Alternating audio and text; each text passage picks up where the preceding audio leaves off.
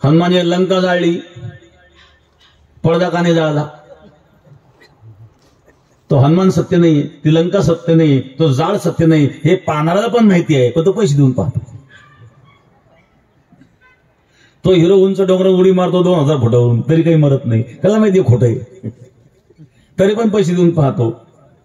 आनंद घ्यायचा असतो.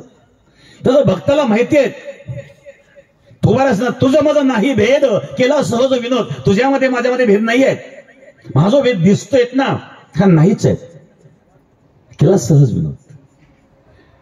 म्हणून मधुसूदन सरस्वतीने सांगितलं भक्त्यर्थम कल्पितम द्वैतम अद्वैतादपि सुंदरम. त्यातला आनंद वेगळा आहे. नाथ महाराज फार सुंदर उदाहरण दिलेले. निर्गुणावनी सगुण न्यून म्हणते ते केवळ मूर्ख जाण, सगुण निर्गुण दोन्ही समसमान न्यून पूर्ण असे ना. जसं माऊली सांगतात तुझं सगुण म्हणो की निर्गुण रे, सगुण निर्गुण एक गोविंदू रे. तोच सगुण आहे, तोच निर्गुण आहे. त्याकरता नाथ महाराज उदाहरण देतात, विघुरले ते तूप होय थिजले तयापरी गोड आहे. विघुरलेले तूप आहेत, थिजलेलेही तूप आहेत. जसं त्या तुपाचे 2 रूप आपल्याला पाहायला मिळतात, तसं एकाच परब्रह्माचं सगुण आणि निर्गुण रूप पाहायला मिळतं. पण ते एकच परब्रह्म आहे, एकच तत्व आहे. गोपी गीतामध्ये ती गोपी म्हणते, कृष्ण तुला ओळखते, तू कोण आहेस? नखलो गोपिका नंदनो भवान अखिल देहि नाम अंतरात्मदृक विकन सार्थितो विश्वगुप्तये सख उदयवान सात्वतांकुल. नखलो गोपिका नंदनो भवान, तू नंदेश्वरीचा नाही आहेस, मग कोण आहे? अखिल देहि नाम अंतरात्मदृक, प्रत्येकाच्या देहामध्ये असणारा अंतरात्मा तू आहेस.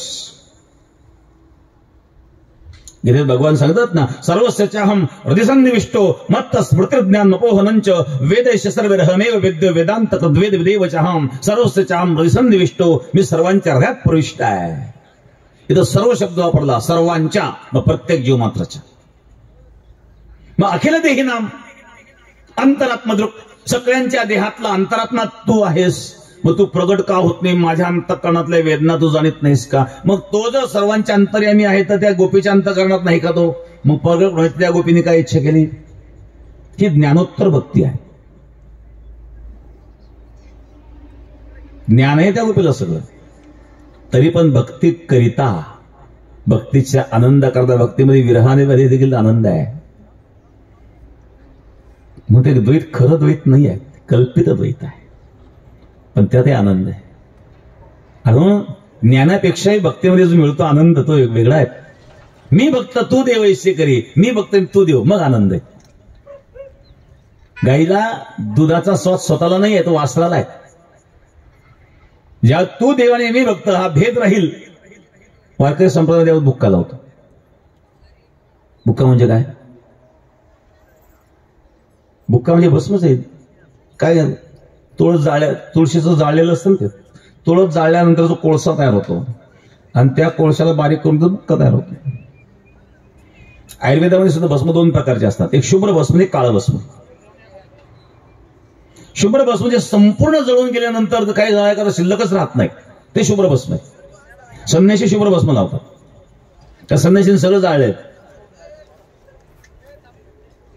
पण वारकरी काळं भस्म लावतो. बुक्का म्हणजे काळं भस्म आहे बरं का. काय त्याच्यामध्ये विशेष? काळं भस्म जाळल्यानंतर जळू शकतं, शुभ्र भस्म जळत नाही, कधी जळून काहीच राहिलेलं नाही त्याच्यामध्ये. मग वारकरी काळं भस्म का लावतो? त्यांनी संसाराची राख रांगोळी केली, संसारात भस्मच केलेले आहेत, परंतु भक्ती करता काही वृत्ती शिल्लक ठेवलेली आहेत आणि ती वृत्ती शिल्लक ठेवण्याकरता पूर्ण जळून नाही दिलं त्याला.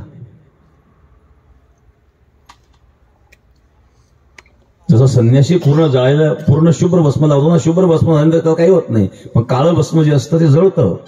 म्हणजे तिथं काहीतरी शिल्लक आहे, अजून अंश. कशात अंश शिल्लक आहे? वृत्ती शिल्लक ठेवलेली आहेत. वृत्ती का शिल्लक ठेवलेली आहेत? कारण भक्ती करण्याकरता वृत्ती पाहिजे, आणि मग ती ठेवण्याकरता वारकरी भस्मच लावतो बुक्क्याच्या रूपाने. बुक्का लावतो म्हणजे भस्म लावतो, पण ते काळं भस्म आहे, ते पूर्ण जाळलेलं नाही आहे. त्याला भक्ती करायची आहे, त्याला वारी करायची आहे. संन्यासाला कशाची गरज नाही. दोघातला फरक आहे.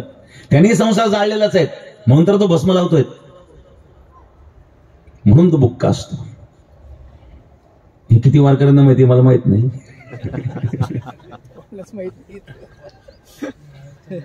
तर अशा प्रकारे भगवंताची एक भक्ती आणि भक्तीचा एक आनंद आहे.